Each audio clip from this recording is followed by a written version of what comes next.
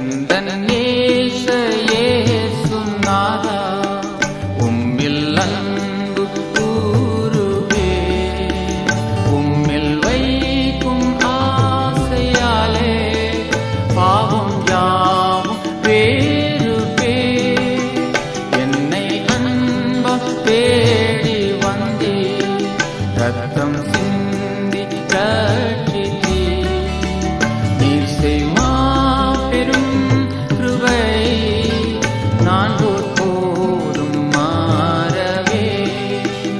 எந்தன் நேச இயேசுநாதா, உம்மில் அன்பு கூறுவே. நீர் செய்மா பெரும் கிருபை, நான் போதும் மாறவே. கர்த்தருக்குள் அன்பானவர்களே, அனுதினமும் கிறிஸ்துவுடன் தியான வேளைக்கு உங்களை அன்புடன் அழைக்கிறோம். இன்றைய தியானத்திற்கான வேத வாசிப்பு யோவான் 1 அதிகாரம் வசனங்கள் 9 முதல் 14 வரை. தியானத்தின் தலைப்பு இயேசுவைப் போல. கிருபையினாலும் சத்தியத்தினாலும் நிறைந்தவராய் நமக்குள்ளே வாசம் பண்ணினார். யோவான் 1 அதிகாரம் வசனம் 14. பாடசாலை வைபவத்திலே பிள்ளைகள் ஒவ்வொருவரும் தமக்கு பிடித்த வேறு ஒருவரைப் போல உடை உடுத்தி நடித்து காட்டிக் கொண்டிருந்தனர். ஒரு மாணவி ஒரு நீண்ட பிரம்பை வைத்து பிள்ளைகளை மிகவும் கடினமாக தண்டிப்பது போல நடித்தாள். அவளிடம் கேட்டபோது, நான் என் கணித ஆசிரியைப் போல நடித்து காட்டினேன் என பதில் சொன்னாள். அந்த ஆசிரியை வெட்கத்தில் தலை குனிந்தார்.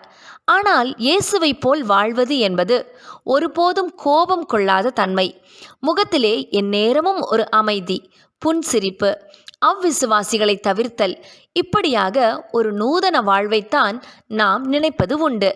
ஆனால் இவை நமது வெளிவாழ்வின் போர்வையாக கூட இருக்கலாம்.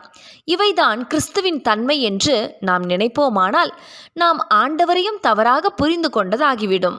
தம்முடைய பிதாவின் வீடாகிய ஆலயம் கள்ளர் குகையாக்கப்பட்டதை கண்டபோது இயேசு சவுக்கெடுத்ததையும் காசுக்காரரின் காசுகளை கொட்டிவிட்டதையும் நாம் மறக்கலாமா? மதிகேடரே, குருடரே என்று யூத மத வழிகாட்டிகளை கடிந்து கொண்ட தேவனை மறக்கலாமா? இயேசு எல்லாரையும் நேசித்தார், ஆனால் எல்லோரையும் நம்பவில்லை. யோவான் 2 அதிகாரம் வசனம் 24. அவர் துக்கமாயிருந்தார், சில சமயங்களில் அழுதார், பகைவர்களையும் நேசித்தார், தம்மை நேசித்தவர்களையும் நேசித்தார். யோவான் 14 அதிகாரம் வசனங்கள் 21 முதல் 23 வரை. இனத்தார் அவரை பார்த்து அவர் மதி மயங்கியிருக்கிறார் என்றனர். மார்க்கு 3 அதிகாரம் வசனம் 21. யூதர்களோ அவரை பார்த்து பிசாசு பிடித்த பைத்தியக்காரன் என்றனர். யோவான் 10 அதிகாரம் வசனம் 20. ஆனால் கிருபையினாலும் சத்தியத்தினாலும் நிறைந்தவராய் நமக்குள்ளே வாசம் பண்ணினார் என்று கிறிஸ்துவின் சிந்தையை ஒரே வாக்கியத்தில் அருமையாய் விளக்கினார் யோவான். யோவான் 1 அதிகாரம் வசனம் 14. அந்த கிருபையும் சத்தியமும் அவர் வாழ்வில் மரண பரியந்தம் பிரதிபலித்து கொண்டே இருந்தன. ஆண்டவருடைய சகல நடக்கைகளும் நோக்கங்களும் செயல்களும் மற்றவர் மீது அவர் வைத்திருந்த கரிசனையையும் அன்பையும் வெளிப்படுத்தியது. அவர் பாவிகளை நேசித்தார். ஆனால் நாமோ நமது சுயநல நோக்கங்களுக்காய் கோபப்படும்போது இயேசுவும் கோபித்தாரே என்கிறோம். நாம் தவறு செய்து அதன் விளைவாய் பாடுபடும்போது இயேசுவும் பாடுபட்டாரே என்கிறோம். சுய பரிதாபத்துடன் அழுதுவிட்டு இயேசுவும் அழுதாரே என்கிறோம். தேவ பிள்ளையே, அப்படியல்ல. அவருடைய சிந்தை நமக்கு வேண்டும். அது மேலோட்டமான வாழ்வு அல்ல. கிறிஸ்துவின் நோக்கத்தை சுமந்தவர்களாக முதலில் நமது உள்ளான வாழ்வை கிறிஸ்துவுக்கு அர்ப்பணித்து வாழ கற்றுக்கொள்வோமாக. ஜெபம் செய்வோமா?